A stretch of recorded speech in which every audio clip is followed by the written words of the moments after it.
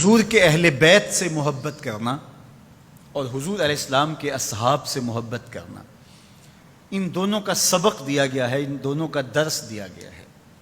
اور ان کے آپس کے جو معاملات ہیں تو ان میں ہمیں کوئی حق نہیں پہنچتا کہ ہم کوئی ایسی بات کریں جس سے کسی کی کسر شان ہو اور کسی کی عظمت میں فرق آتا ہو۔ رسول کریم صلی اللہ علیہ وآلہ وسلم نے ارشاد فرمایا، احب اللہ لما یغزوکم من نعمہ، فرمایا اللہ سے محبت کرو، وہ تمہیں طرح طرح کی نعمتیں عطا کرتا ہے۔ وَأَحِبُّونِي بِحُبِّ اللَّهِ، اور میرے سے پیار کرو، میں تمہارے رب کا محبوب ہوں۔ وَأَحِبُّوا أَهْلَ بَيْتِي لِحُبِّي، اور میرے اہل بیت سے میری وجہ سے پیار کرو۔ سیدہ فاطمہ الزہرا سلام اللہ علیہا کے حوالے سے ذکر کرتے ہوئے ارشاد فرمایا، فاطمہ تو بدعۃ منی فمن اغضبها اغضبنی، فاطمہ میرے جگر کا ٹکڑا ہے، جس نے فاطمہ کو غضبناک کیا اس نے مجھے غضبناک کیا۔ تکلیف نہ دینا، اذیت نہ پہنچانا، تمہارا طرز زندگی، تمہارا لہجہ، تمہاری گفتگو، تمہارا انداز حیات ان کے لیے اذیت کا سامان نہ بنے، وہ میرے لیے اذیت کا سامان بنے گا۔ یہ ہیں سیدہ طیبہ طاہرہ سیدہ فاطمہ تو زہرا۔ اقبال کہتا ہے، رشتہ آئین حق زنجیر پاس فرمان جناب مصطفیٰ است، ورنہ گرد تربتش گردید میں سجدہ برخا کے اوپاشید میں۔ فاطمہ جو کام تو نے کر دکھایا ہے، اگر شریعت کی زنجیریں میرے پاؤں میں نہ ہوتی اور تیرے بابا کا حکم کہ اللہ کے علاوہ کسی اور کو سجدہ جائز نہیں یہ مجھے ملحوظ نہ ہوتا تو میں کعبے کا طواف کرنے کی بجائے تیری قبر کا طواف کرتا،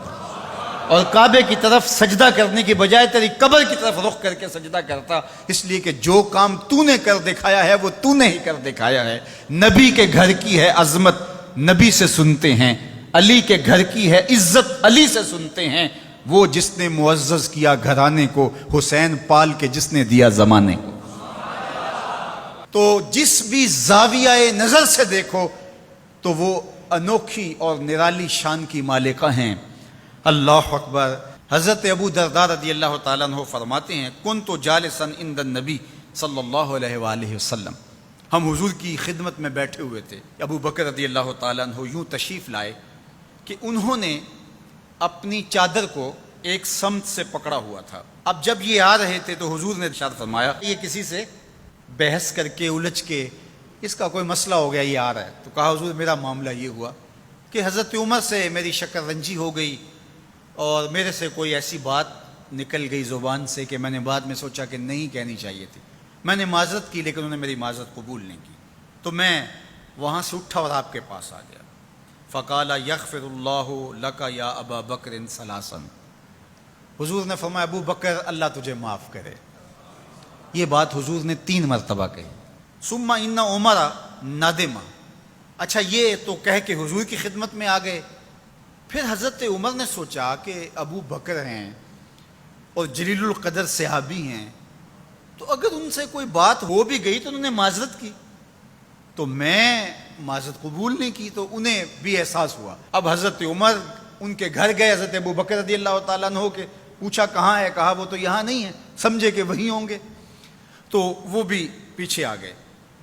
فسلم، اور انہوں نے بھی آ کے سلام پیش کیا، حضور کے چہرے پہ جلال تھا۔ حضرت ابو بکر رضی اللہ تعالیٰ عنہ پریشان ہو گئے کہ حضرت عمر رضی اللہ تعالیٰ عنہ پہ کوئی عذاب نازل نہ ہو جائے، تو ان کے دل میں نرمی پیدا ہوئی، انہوں نے خود اپنی پنڈلیاں بچھا کے گھٹنوں کے بل کھڑے ہو کر کے ہاتھ جوڑ کے بندہ نواز کی بارگاہ میں عرض کیا، حضور میں نے ہی ان سے کچھ کہا تھا، تو 2 مرتبہ حضور کی خدمت میں انہوں نے عرض کی۔ حضور صحابہ سے مخاطب ہوئے، ان میں حضرت عمر بھی تھے، فرمایا میرے اللہ نے مجھے حق کے ساتھ مبعوث کیا، جب میں نے دین کا پیغام تمہیں دیا تو کوئی دلیل مانگنے لگا، کوئی انکار کرنے لگا، لیکن یہ ابو بکر تھے، جب میں نے ان کو کہا کہ میں اللہ کا رسول ہوں تو انہوں نے کہا جانو دل سے مانتا ہوں، انہوں نے کوئی دلیل بھی نہیں مانگی، فوراً تسلیم کر لیا۔ پھر حضور نے فرمایا اس سے اگر کچھ ہو بھی جائے، کوئی سخت جملہ نکل بھی جائے تو تم میری وجہ سے اسے چھوڑ نہیں سکتے، اس لیے کہ ابو بکر وہ ہیں کہ جب کسی نے نہیں مانا تھا اس نے اس وقت مجھے مانا تھا، اور نہ مال دیکھا، نہ جان دیکھی، نہ اولاد دیکھی، سب کچھ قربان کر دیا، تو آج اگر کوئی جملہ سخت زبان سے نکل گیا ہے تو میری وجہ سے بھلا تم اس کو چھوڑ نہیں سکتے ہو؟ تو میرے اور آپ کے آقا و مولا نے اہل بیت کے بارے میں بھی کہا کہ میری وجہ سے ان سے محبت کرو، اور اصحاب رسول کے حوالے سے بھی کہا کہ میری وجہ سے ان کے معاملوں سے صرف نظر کرو۔ تو صاحب کبھی بھی اپنے آپ کو ان ذوات اور ان ہستیوں کے مابین ہونے والے مشاجرات میں منصف بنا کر کے ترازو گاڑ کے نہ بیٹھ جانا، بلکہ دونوں کی عظمتوں کو سلام کرنا۔ ہم کہیں گے صحابہ آپ کو بھی ہمارا سلام، اہل بیت آپ کو بھی ہمارا سلام۔